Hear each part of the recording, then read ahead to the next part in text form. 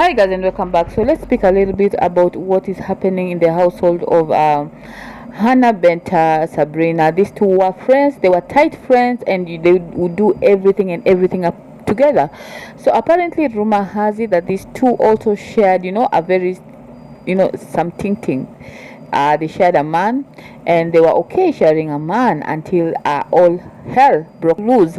So Sabrina went to show live, and she was being interviewed. And during the interview, Hannah Benta came and stormed the interview, demanding to tell the side of her side of story. So apparently, Sabrina was accusing Hannah Benta of being affected with XEX transmitted disease, and Anna Benta was not having it. She said, "You know what? We are both affected." So just look at what transpired during Oga Obinna's interview.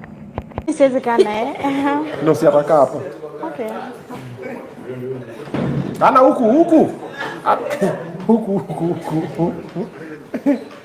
Sasa.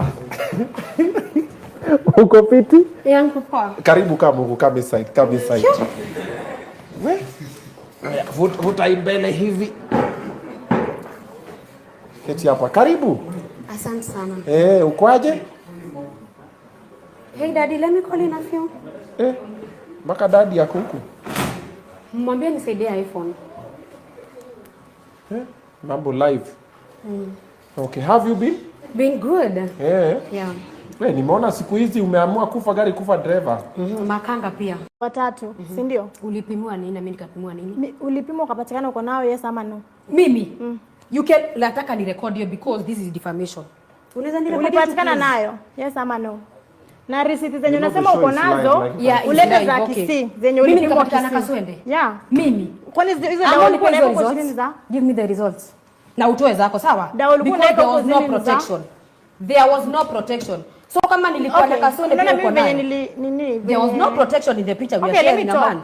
So kama ni sina, kama niko na uko na kaswende. Let me talk. Wewe shida ukiniharibia jina huko online. Mimi nikuharibia jina nisaidie na nini? Sasa wewe unasema niko na kasi pia uko nayo. Because it's true. Iko wapi evidence unaweza toa kaswende wapi? Unaweza Where is the evidence? Either ukubali ama ukatae dari. Where is the evidence?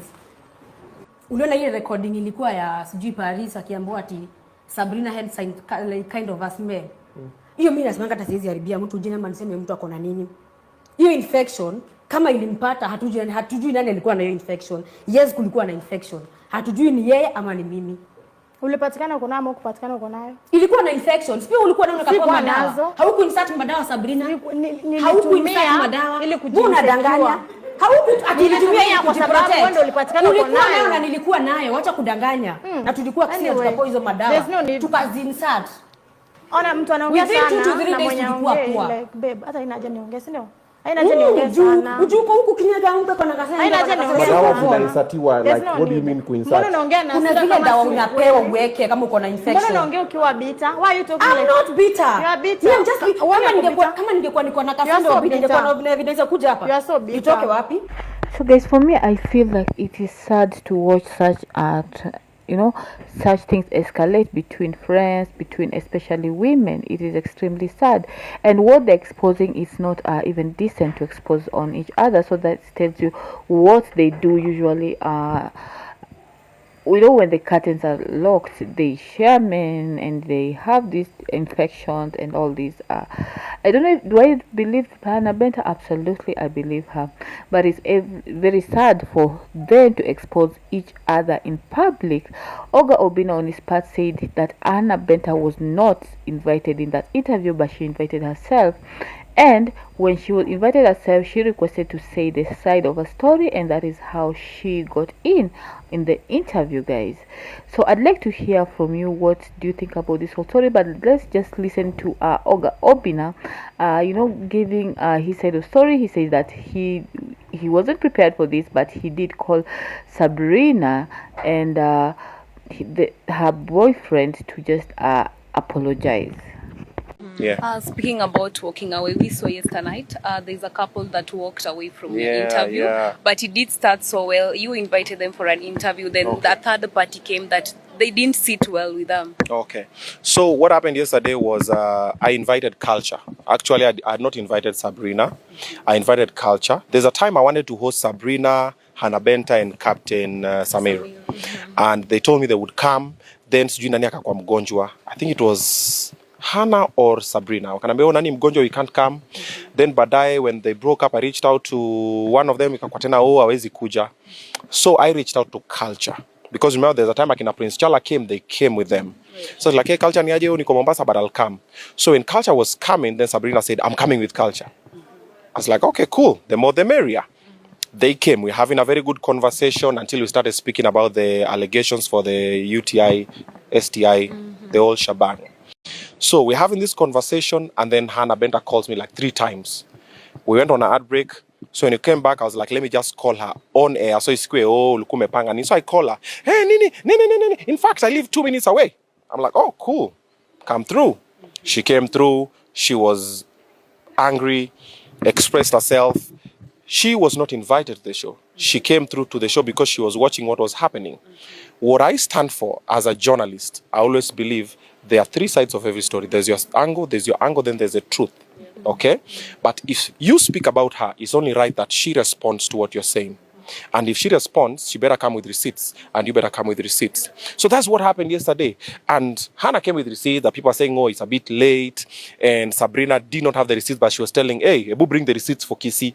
And Hannah did not have the receipts for Kissy or Assis. So it became a whole situation. And then, there are 2 ladies who shared a man. They have a history. They have their situation. The kidogo got out of hand. I tried to contain them. And of course, Nani felt disrespected, Culture. And at some point, Culture was like, hey, Obinna, we gotta leave. I was like, it's cool, I understand. And then when they left, I cooled down Hannah. We did the whole conversation. Samir spoke. But now also Samir was on the side for Hannah because they're currently a thing. So of course, utatetea mtu wako. Culture was teteaing Sabrina because they're a thing. So it was a whole situation that wasn't that friendly, but it was supposed to happen, because most of the time unapata huyu akenda live TikTok anasema huyu amefanya hivi, huyu akenda live TikTok anasema huyu amefanya hivi. So it was about to happen, it was bound to happen, and it did. And the minute we finished the show, I called Sabrina and Culture. They didn't pick, but I managed to talk to Culture. Texted him, I apologized. I was like, hey, my G, I'm so sorry. This was not the intention. That was not even planned. And my apologies. I was like, yeah. He also apologized for walking out. And I was like, I totally understand it, because the situation was getting a bit volatile. I was like, hey, this one kidogo is a bit tricky. Yep, guys, so that is what happened. I'd like to hear from you. What do you think? Do you believe Sabrina? Do you believe Culture? Do you believe Oga Obinna? What is your take? Basically, what I'm trying to say is, what is your take on all these things? Do you think it was right for Oga Obinna to allow that confrontation between Hannah Benta and Sabrina live on air? Do you think it was right? I'd like to hear from you. Otherwise, thank you so much for joining in. Up to date, kindly don't forget to like, share, subscribe. As always, my name is Kiki for Kenya Waves. Goodbye for now.